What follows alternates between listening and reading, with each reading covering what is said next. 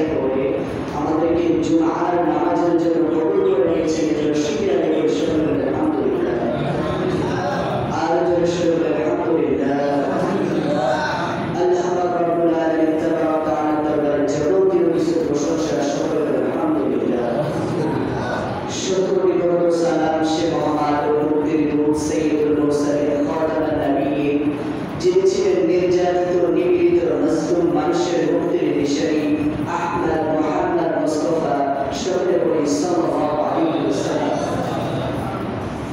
আমরা সকলেই জানি আজকে জুমার দিন। কিসের দিন?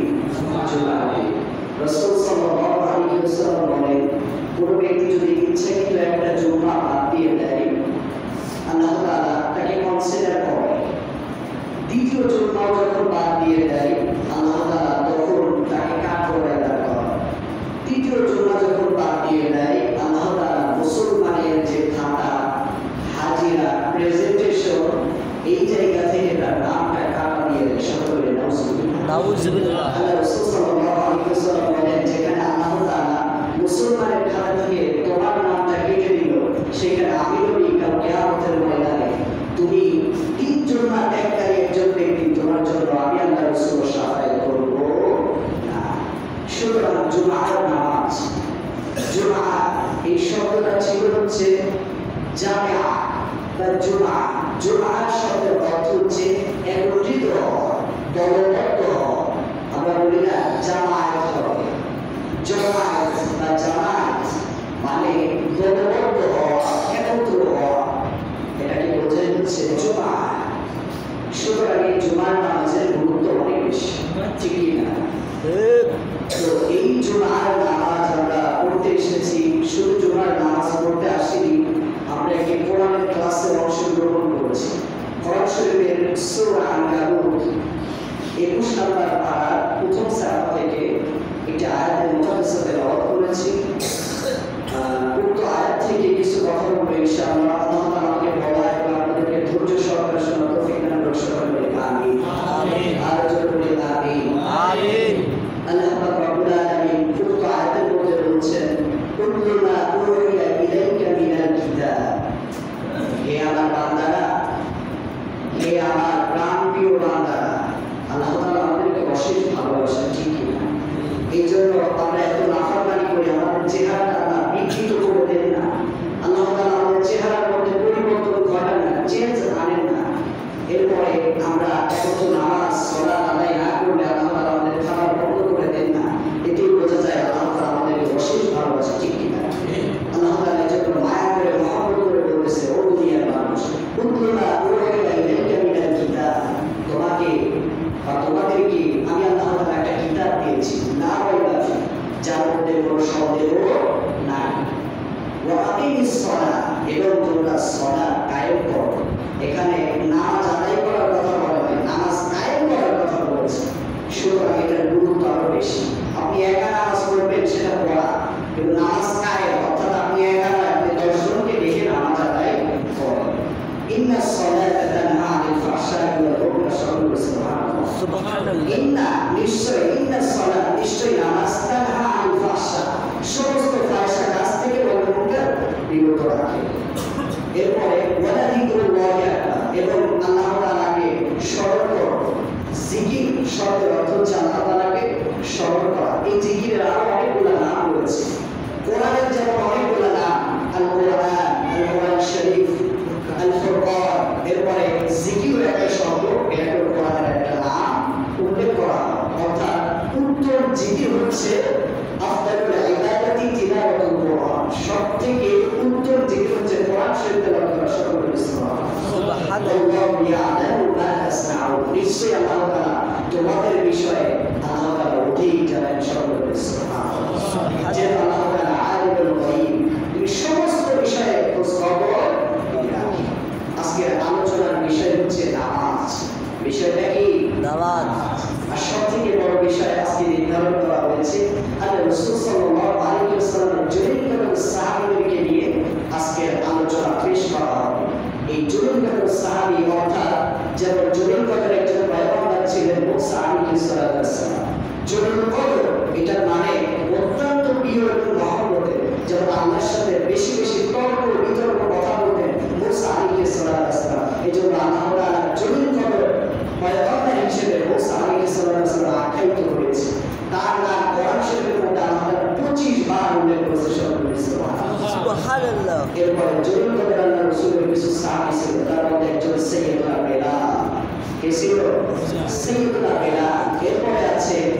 হচ্ছে সাইয়্যিদুনা মুআজ রাদিয়াল্লাহু তাআলা, এরপরে ছিল মুআজ রাদিয়াল্লাহু তাআলা, এরপরে জুনাইবি রাদিয়াল্লাহু তাআলা। পর্যায়ক্রমে আমরা আলোচনা শুরু করব ইনশাআল্লাহ। এই বেলাল অত্যন্ত ভালো ছিল। আজকে সমাজে কালো মানুষের কোনো দাম নাই, কিন্তু আল্লাহর কাছে কালো মানুষের দাম সব থেকে বেশি। সকল এখন যারা একটু ভালো মানুষ বা ফর্সা মানুষ চিন্তা করতে বুঝলো আমাদের বিষয়ে কিছু বলতে হবে, আপনাদের দাম আছে, সবার দাম আল্লাহর কাছে আছে, তবে কালো আর ফর্সার সাথে আল্লাহর কাছে কোনো সার নাই। আপনার শরীরের বডির যেটা কালার, যেটা চামড়ার যে কালারটা কারোর সাদা হতে পারে, কারোর কালো হতে পারে, কিন্তু আল্লাহ তাআলা কারোর চেহারা দেখে না। আল্লাহ তাআলা অন্তরের মধ্যে তাকওয়া দেখে। সকল সুবহানাল্লাহ। যে ব্যক্তি যত সুন্দরই হোক না কেন, তার মধ্যে যদি তাকওয়া না থাকে, আল্লাহর দরবারে ওই ব্যক্তির কোনো দাম নাই। যেমন বেলাল রাদিয়াল্লাহু তাআলা তার বিষয়ে আল্লাহ রাসূল অনেক বর্ণনা দিয়েছেন। লোকটা কালো ছিল, কিন্তু আল্লাহ এবং আল্লাহ রাসূলকে অত্যন্ত ভালোবাসতো, যার কারণে জলিলুল সাহাবীদের লিস্টের মধ্যে সাইয়্যিদুনা বেলাল রাদিয়াল্লাহু তাআলার নাম উল্লেখ করে দিয়েছে। সকল সুবহানাল্লাহ। সাইয়্যিদুনা বেলাল রাদিয়াল্লাহু তাআলা ইসলামের ছায়া সুশীতল ছায়া করে যখন আসতে শুরু করলো, উমাইয়া তোলা নির্যাতন তাকে শুরু করে দিল। উমাইয়া তাকে বলতে থাকলো, ও বেলাল, ও বেলাল, হাবশী গোলাম, তুমি তো আমার গোলাম, আমার আন্ডারে তুমি থাকো, আমার কথা মতো চলো, কিন্তু তুমি ইসলামের ছায়া করে যাচ্ছ। আবু জেহেলের মাধ্যমে আমার কাছে খবর এসেছে, বেলাল বলে, আমাকে যত অত্যাচার করো না কেন, লা ইলাহা ইল্লাল্লাহ মুহাম্মাদুর রাসূলুল্লাহ কালেমাটা আমি কখনো ছাড়তে পারবো না। জীবন চলে যাবে, তবু আমার ঈমানটাকে আমি নষ্ট করতে পারবো না। বেলাল রাদিয়াল্লাহু তাআলা মুখের মরুভূমির তপ্ত বালুর মধ্যে সময় দেওয়া হলো ঠিক করে, তার পিঠটা যেন পুড়ে যাচ্ছিল। উত্তপ্ত বালুর উপর তাকে যখন সময় দেওয়া হলো, তার বুকের উপর বড় বড় পাথর দেওয়া হচ্ছিল। ওই সময় তিনি চোখ দিয়ে আকাশের দিকে তাকায় বলতেছিল, আমার মালিক, আমি এই কালেমাটা স্বীকার করেছি, তুমি আমাকে হেফাজত করো। এরপরে যখন তার জিহ্বা দিয়ে কালেমাটা বলতেছিল, উমাইয়া এই কালেমা শোনার পরে ওই সময়ের আপনার কাছে কিছু কাটা ছিল, অনেক বড় বড় শক্ত কাটা, ওই কাটা তার জিহ্বার মধ্যে ঢুকায় দেওয়ার কারণে যখন বেলাল আযান দিত, আযান দেওয়ার সময় তুলনায় আযান দিত। আল্লাহ রাসূল সাল্লাল্লাহু আলাইহি ওয়াসাল্লাম একদিন মরুভূমির পাশ দিয়ে যাচ্ছিলেন। হঠাৎ করে যখন দেখল বেলালকে অত্যন্ত নির্যাতন করা হচ্ছে এবং বেলালের গায়ে একটা জামা দিত না, মানুষজন যখন বলতো, উমাইয়া রে, তোমার বেলাল তো অনেক কষ্ট হয়, বেলালকে একটা জামার ব্যবস্থা করে দাও। বলতো, বেলালকে যদি আমি জামা কিনে দিই, তাহলে আমি উমাইয়া আর বেলালের মধ্যে কোনো পার্থক্য থাকবে না, গোলাম আর মুরিদের মধ্যে কোনো পার্থক্য থাকবে না। আবার যখন মরুভূমির উত্তপ্ত বালুর মধ্যে কালো বেলালটা চলতো, তার পাটা যেন ফেটে ফেটে যেত, ফোসকা পড়ে যেত। উমাইয়াকে যখন বলা হলো, উমাইয়া, বেলালকে তুমি একটা জুতার ব্যবস্থা করে দাও। উমাইয়া বলতো, আমি যদি তার জুতার ব্যবস্থা করে দিই, তাহলে ওই বেলাল আর উমাইয়ার মধ্যে গোলামের মধ্যে পার্থক্য কি থাকবে? আল্লাহ রাসূল সাল্লাল্লাহু আলাইহি ওয়াসাল্লাম এই দৃশ্য দেখার পরে আল্লাহ রাসূল নিজেকে কন্ট্রোল করতে পারলেন না, আবেগ ধরে রাখতে পারলেন না, চোখ দিয়ে টপ টপ করে পানি পড়তেছিল। এরপরে যখন আল্লাহ রাসূল মজলিসের মধ্যে প্রবেশ করলেন, আবু বকর সিদ্দিক বললেন, ইয়া রাসূলুল্লাহ, ইয়া হাবিবাল্লাহ, আপনি কেন ক্রন্দন করতেছেন? আপনার চোখ দিয়ে কেন পানি পড়তেছে? আল্লাহ রাসূল বললেন, এই মক্কার জমিনে ওই উত্তপ্ত বালুর মধ্যে ওই যে একজন কালো বেলাল, ওই বেলালকে অত্যাচার করা হচ্ছে, এটা আমি রাসূল সহ্য করতে পারতেছি না। আবু বকর চিন্তা করল, আল্লাহ রাসূলের হাসিটা আমার দরকার, আমার সব কিছু চলে যায়, এতে আমার কোনো আফসোস নাই। এরপরে আবু বকরের ব্যবসায়ী যত টাকা পয়সা ছিল, সমস্ত টাকা পয়সা আল্লাহ নবীর দরবারে আনলো।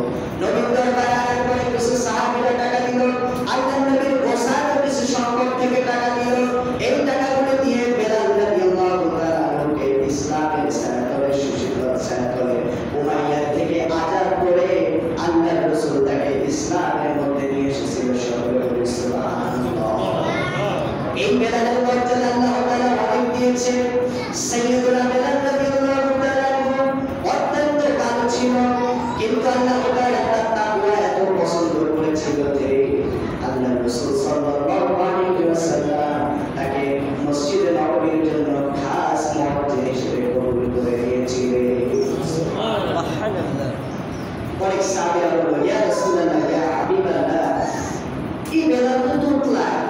এই বেলালের আওয়াজটা সুন্দর হয় না, এই বেলাল বদলায়, বেলালটা কালো। আমাদের মদিনায় অনেক মানুষ এখন আসে, কারণ আমাদের ইসলামের প্রচার প্রসার অনেক বেড়ে গেছে। এখন সাপোজ এই গ্রামের মধ্যে একটা কোম্পানি হয়েছে, ধরেন একটা দুধের কোম্পানি, বিভিন্ন জায়গা থেকে দুধ দহন করে এরপরে যেন ওই যে বিভিন্ন এই যে ঘোষ বলে তো নাকি, যারা দুধটা কি কালেক্ট করে বিভিন্ন জায়গা থেকে এনে এক জায়গাতে জমা। তো একটা যদি কোম্পানি হয়, এই কোম্পানি যদি না প্রচার প্রসার বেড়ে যায়, এই যে রাস্তা ভাঙ্গা রাস্তায় রাস্তা কি এরকম থাকবে? তখন চেয়ারম্যানকে আবেদন দেওয়া হবে, আমাদের কোম্পানির নাম প্রচার প্রসার হয়েছে, তোমার খালি নাম উন্নতি হয়েছে, এই রাস্তাটা অনেক সুন্দর করা দরকার অতি দ্রুততার সাথে। তো এইরকম যখন ইসলামের প্রচার প্রসার বেড়ে গেল, তখন বেলালকে বাদ দেওয়ার জন্য কিছু সাহাবীরা বলল, আল্লাহ রাসূলের মন যেন মানে না। আল্লাহ রাসূল বলে, ওই জায়গাতে কে সুন্দর কে বয়স্ক কাকে মানাবে, এইটা আল্লাহ তাআলা দেখে না, আল্লাহ তাআলা দেখে ভিতরের তাকওয়া আছে কিনা।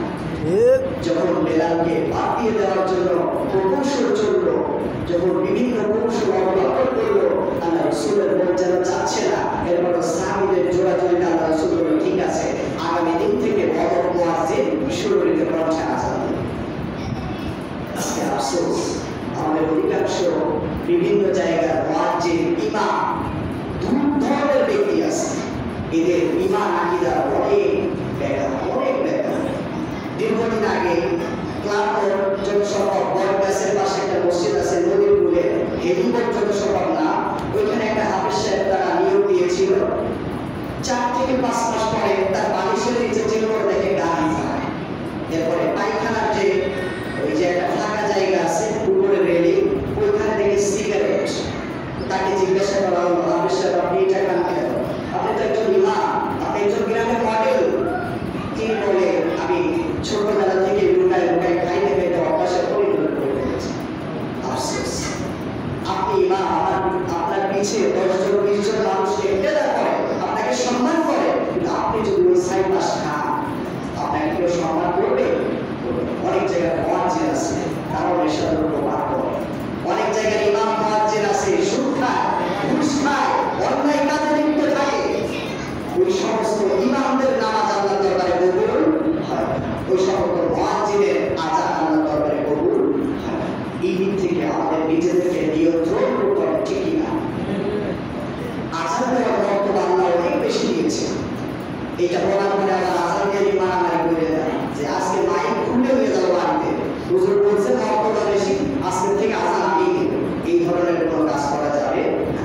আযান যে ব্যক্তি দেয়, রাসূল সাল্লাল্লাহু আলাইহি ওয়াসাল্লাম বলেন, তার আযানের আওয়াজ যতদূর পর্যন্ত যায়, ওই জায়গায় যদি কোনো গর্ত থাকে, ওই গর্তের মধ্যে যদি কোনো দাঁড়ানো থাকে, ওই দাঁড়ানো পর্যন্ত আল্লাহর কাছে ফরিয়াদ করে, আল্লাহ এই ব্যক্তি নামাজের জন্য সালাতের জন্য আহ্বান করতে, এই ব্যক্তিকে আল্লাহ তুমি মাফ করে দাও, সকল আর যে ব্যক্তি আযান দেয়, এই ব্যক্তির কিয়ামতের ময়দানে এতটা সম্মান আল্লাহ তাআলা দিবে, আলেমদের এত সম্মান, তাদের মাথা উঁচু হবে, গলাটা উঁচু হবে, মানুষ যদি বলতে থাকবে এদের গলাটা এত উঁচু কেন, তখন আল্লাহ তাআলা ফেরেশতারা বলবে, এই সমস্ত ব্যক্তিরা নামাজের জন্য মানুষকে উদ্বুদ্ধ করত, আযান দিত, এই জন্য আমি আল্লাহ তাআলা তাদের সম্মানটাকে বাড়ায় দিচ্ছি। সকল আযান আপনিও দিতে পারবেন, আযান আপনিও দিতে পারেন, নামাজ আপনিও আদায় করাতে পারবেন, ইমামতি আপনিও করতে পারবেন, আপনার যদি আকীদা ঠিক থাকে, ঠিক না? এই জন্য আমাদের আকীদাগুলো আমাদের ঠিক করতে হবে। আমি কিন্তু কাউকে ট্রল করার জন্য, কারোর গায়ে আঘাত করার জন্য কথা বলতেছি না, কোরআন হাদিসের কথা। আপনাদের কোরআন হাদিসের কথা শুনে অ্যালার্জি হতে পারে, চুলকানি হতে পারে। আমি হাফেজ সাহেবের কোরআন হাদিসের কথা না বললে আমার অ্যালার্জি আর চুলকানি হয়, বুঝতে পারছেন? এই জন্য কোরআন হাদিস থেকে কথা, বুঝতে পারছেন? কাউকে ইঙ্গিত করে এখানে কোনো কথা হয় না। মনে রাখবেন, 2টা জায়গাতে রাজনীতি চলে না, একটা হচ্ছে মসজিদ, এটা আল্লাহর ঘর, 2 নাম্বার হচ্ছে কবর। ওই কবরে যায় যদি বলে মোহাম্মদ নেতার গোলামি করতে আমাদের সাইডে দেয়, জুতা দিয়ে পিঠায় পানির সাথে মিশে দেয়, কোনো সন্দেহ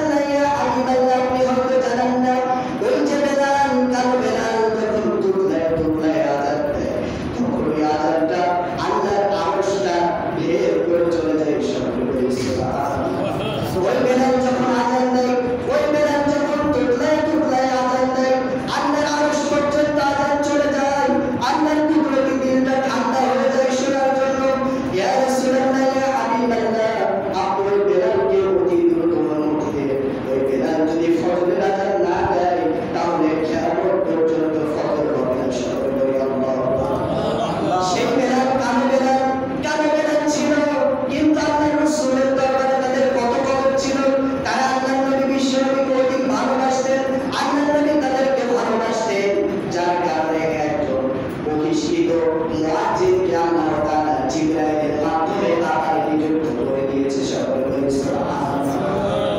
এই জন্য আল্লাহ তাআলা কারো চেহারা দেখেন, কি দেখে? তাকওয়া। একজন বিশ্বাস আপনিও হতে পারবেন আপনার যদি আকীদা ঠিক থাকে, আপনার যদি আকীদা ঠিক থাকে। একজন যদি হালালকে হালাল মানে, হারামকে হারাম মানে, নীতি নৈতিকতা ঠিক করে চলে, সেও একজন বিশ্বাস, ঠিক কিনা? এই জন্য আমাদের নীতি নৈতিকতা, আকীদা এগুলো আমাদের ঠিক করতে হবে। বেলাল রাদিয়াল্লাহু তাআলা আল্লাহ রাসূল সাল্লাল্লাহু আলাইহি ওয়াসাল্লাম মেরাজে গেলেন। মেরাজে যাওয়ার পরে যখন আল্লাহর নবী বুরাক থেকে নামলেন, সমস্ত কিছু দেখলেন। আল্লাহর নিদর্শন দেখার পরে আল্লাহর সাথে সাক্ষাৎ করার জন্য রফরফ বাহনে উঠবে। ওই সময় আল্লাহর নবী একাকিত্ব হয়ে গেল, কিন্তু আল্লাহর নবীর কানের মধ্যে পায়ের কেমন যেন একটা আওয়াজ আসলো। আল্লাহর নবী ফিরে তাকালেন, এরপরে চিন্তা করলো এই আওয়াজটা আমার অনেক পরিচিত লাগে। এরপরে তিনি লক্ষ্য করে দেখলেন এই আওয়াজটা আর কারোর পায়ের আওয়াজ না, সাইয়্যিদুনা বিলাল রাদিয়াল্লাহু তাআলা শব্দ। আল্লাহর নবী বিশ্বনবী মেরাজ থেকে ফিরে আসার পরে বেলালকে বললেন, ও বেলাল, তুমি তো একজন কালো মানুষ, কিন্তু আল্লাহ তোমাকে এত সম্মান কেন দিয়েছে? ওই সাত আসমানের উপরে আমি যখন রফরফ বাহনে উঠবো, ওই সময় বেলাল তোমার পায়ের আওয়াজ আল্লাহ তাআলা আমাকে শুনিয়েছে, তুমি কি আমল করো? বেলাল বলে, ইয়া রাসূলুল্লাহ, ইয়া হাবিবাল্লাহ, আমি তেমন কোনো আমল করি না, তেমন কোনো আমল আমি করি না, তবে ছোট্ট একটা আমল আমি করি। আমি সব সময় উযু অবস্থায় থাকি। যখনই আমার উযুটা ছুটে যায়, আমি দ্রুততার সঙ্গে উযু বাড়াই নিই, আর সময় হলেই 2 রাকাত সালাত আদায় করে নিই। এই জন্য হয়তো আল্লাহ তাআলা আমাকে ওই আসমানের উপরে আমার পায়ের আওয়াজ আপনার কানের মধ্যে ঢুকায় দিয়েছে। সুবহানাল্লাহ। দেখেছে কতটা মহব্বত আল্লাহ রাসূলকে তারা করতেন, যার কারণে আল্লাহ তাআলা তাদের বিভিন্ন নাম সমস্ত কিছু আল্লাহ কিয়ামত পর্যন্ত রেখে দিয়েছেন। সকলে বলি সুবহানাল্লাহ। আর আল্লাহ রাসূল সাল্লাল্লাহু আলাইহি ওয়াসাল্লাম কেমন নামাজ পড়তেন? বললাম, ইন্নাস সালাতা তানহা আনিল ফাহশাই ওয়াল মুনকার। আপনি জিনাকারী, আপনি নামাজে আসেন। আপনি চুরি করেন, আপনি নামাজে আসেন। আপনি মদ খান, আপনি নামাজে আসেন। আপনি সিগারেট খান, আপনি নামাজে আসেন। ওই নামাজ আস্তে আস্তে আপনার মধ্যে পরিবর্তন করে দেবে। কথা বলেন ঠিক কিনা? আর যখন দেখবেন আপনি নামাজের মধ্যে আনন্দ পাচ্ছেন না, আপনি বুঝবেন কাঙ্ক্ষিত মানে নামাজ আপনার করছে না। আর যখন নামাজের মজা পাবেন, তখন বুঝবেন প্রকৃতভাবে খুশি সঙ্গে আমার নামাজ আদায় করছে। এই জন্য আল্লাহ রাসূল বলেন, আল্লাহ তাআলা রাসূলের মাধ্যমে জানাই দিলেন, ইন্নাস সালাতা তানহা আনিল ফাহশাই ওয়াল মুনকার। নিশ্চয়ই নামাজ সমস্ত ফাহিশা, অশ্লীল কাজ থেকে দূরে রাখে। কারণ নামাজে যখন আসবে, আল্লাহর দরবারে দাঁড়াবে, আল্লাহ তাকে হিদায়াত দিয়ে দেবে, সে বুঝতে পারবে এই নামাজ পড়তে হলে আমার চুরি করা যাবে না, ডাকাতি করা যাবে না, মানুষের জমির আইন ঠেলা যাবে না। অনেক হাজিরা আইন ঠেলতে ঠেলতে অবস্থা খারাপ, নাম হয়ে গেছে ঠেলা হাজি। কি নাম হয়েছে? ঠেলা হাজি। ঠেলা হাজি কেন? আইন ঠেলতে ঠেলতে আর আইন নাই, কোন জিরাতে রাস্তা সাইড সিঙ্গুল হয়ে গেছে। বুঝতে পারছেন? এই হচ্ছে আমাদের অবস্থা। এই জন্য আমাদের পরিবর্তন করার একমাত্র পন্থা, সেটা হচ্ছে নামাজ। আরেকজন সাহাবী সাইয়্যিদুনা জুরাইম রাদিয়াল্লাহু তাআলা, তিনি জীর্ণ শীর্ণ ছিলেন।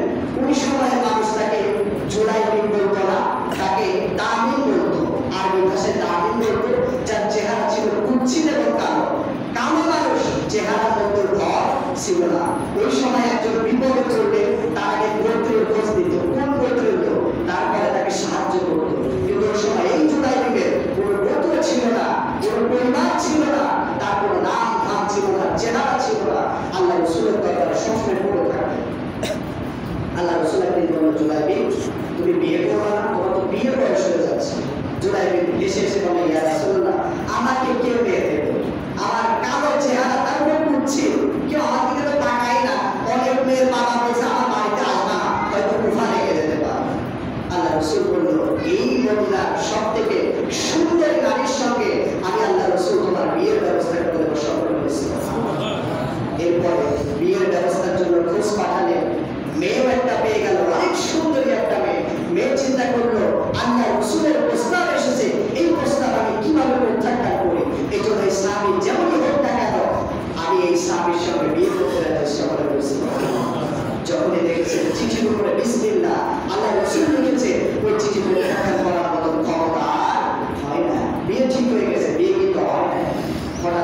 জিহাদের ডাক চলে আসে। জিহাদ করতে হবে, যুদ্ধের ময়দানে যেতে হবে। যুদ্ধের ময়দানে চলে গেল, যাওয়ার পরে আল্লাহ রাসূল সাল্লাল্লাহু আলাইহি ওয়াসাল্লাম যুদ্ধ শেষ হয়ে গেল। শেষ হওয়ার পরে সমস্ত সাহাবীরা এক সাহাবীর খোঁজ নিচ্ছে। আল্লাহ রাসূল বারবার একটা শব্দ ব্যবহার করতেছে, আয়না জুলাইবি, আয়না জুলাইবি, আমার জুলাইবি কোথায়, আমার জুলাইবি কোথায়? সাহাবীরা বলল, ইয়া রাসূলুল্লাহ, এত সাহাবী রয়েছে, আপনি শুধু আয়না জুলাইবি করতেছেন, জুলাইবির খোঁজ নিচ্ছেন, কারণটা কি?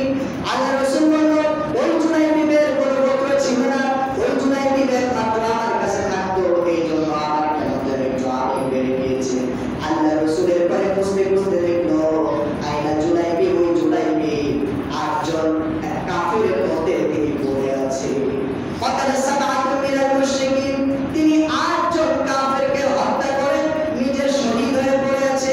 আল্লাহ রাসূল সাল্লাল্লাহু আলাইহি ওয়াসাল্লাম তাকে হুড় করে নিলেন, তাকে কোলের মধ্যে নিলেন, চোখ দিয়ে টপ করে পানি পড়তেছিল। হঠাৎ করে আল্লাহ রাসূল চেহারাটা, নিজের চেহারাটা ঘুরে দিলেন।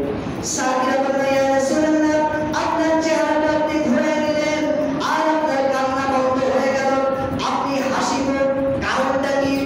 আল্লাহ রাসূল বললেন, জুলাইবি দুনিয়ার মধ্যে তার আমি সুন্দরী নারীর সাথে বিয়ে ঠিক করেছিলাম, কিন্তু যুদ্ধের ময়দানে সে শহীদ হয়ে গিয়েছে।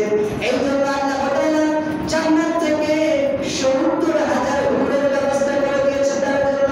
৭০,০০০ হুর এসেছে, তার মধ্যে একজন প্রধান হুর এসেছে।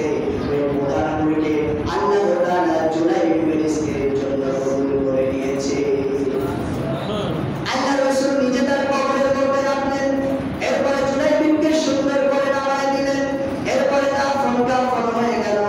আল্লাহ রাসূল সাল্লাল্লাহু আলাইহি ওয়াসাল্লাম আল্লাহর দরবারে কেঁদে দোয়া করলেন, ও আল্লাহ, এই জুলাইবিকে অনেক সুন্দর করে আমি আল্লাহ রাসূল লালন পালন করেছিলাম। আল্লাহ, যেহেতু আজকে তাকে প্রধান হুরের ব্যবস্থা তুমি করে দিয়েছো, আল্লাহ, আজকের থেকে জুলাইবি জান্নাতের মধ্যে চলে যাবে। সুবহানাল্লাহ। এরকম ঈমান আমাদের দরকার। কি দরকার? ঈমান দরকার। আমাদের যদি মুনাফিক মার্কা ঈমান হয়, এইখানে এক কথা, ওইখানে এক কথা, এইখানে একজনের সাথে ভালো বললাম, আপনি তো অনেক ভালো ব্যক্তি, পিছনে পিছনে তাকিয়ে খোঁজা, ওই ব্যক্তিটা ফার্স্ট ক্লাস বিয়ে হবে, পিছনে পিছনে কথা লাগাই চোখে বই করলাম, কি বই করলাম, শেখায়ত করলাম, আমার ওই ঈমানের কোনো ফায়দা আল্লাহর দরবারে না। ওটা মুনাফিক মার্কা ঈমান। আর ওই ঈমানদাররা পাশে যদি একটা টায়ার বাঁচতে টুপি খুলে পকেটে করে আর ৩ বার বেরোসা ঠিক না, ওই ধরনের ঈমান নিয়ে জান্নাতে যাওয়া সম্ভব না। আপনার টাকার জোরে আপনার কবরের উপর আপনি ফুলের বাগান করতে পারেন, কিন্তু আপনার ঈমান আর আমল ছাড়া কবরের মধ্যে ফুলের বাগান করা সম্ভব না। এই জন্য সেই ঈমান আমল আমাদের দরকার, ঠিক না? আরেকজন সাহাবী ছিল, সে হচ্ছে আফরান রাদিয়াল্লাহু তাআলা আনহু। দুজন ছেলে, মুআজ আর নাস।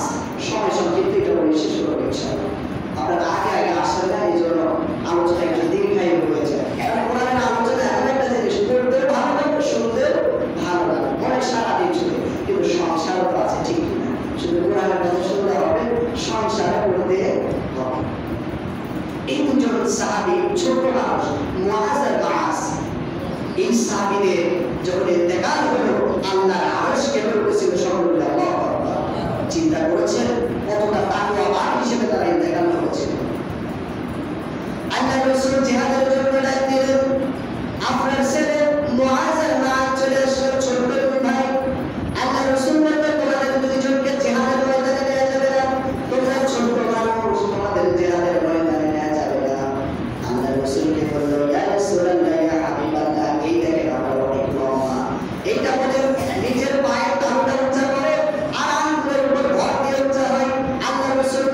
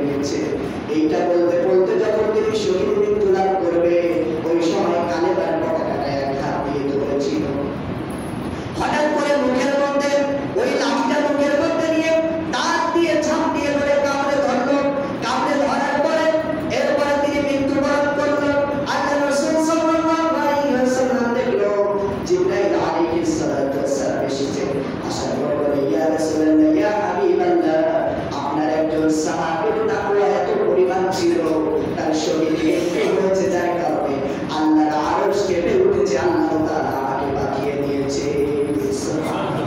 ইসলামের জন্য তারা কি করছে? আর আজকে আমরা যুবক মেসেজ খেলা দেখার জন্য রাত 3টায় অ্যালার্ম দিয়ে উঠতে পারি, ফজরের নামাজ আমাদের জুটে না। আজকে জিম করি, শরীরটাকে ফুলায়, মেয়েরা আমাদের দিকে তাকাবে, চুল ফ্যাশন করি, মেয়েরা আমাদের দিকে তাকাবে। অথচ যেই শরীর তুমি জিম করে বানাচ্ছ, ওই শরীর যদি তোমাকে ফজরের উঠতে জাগায় দিতে না পারে, ওই শরীর তোমার কোনো কাজে আসবে না।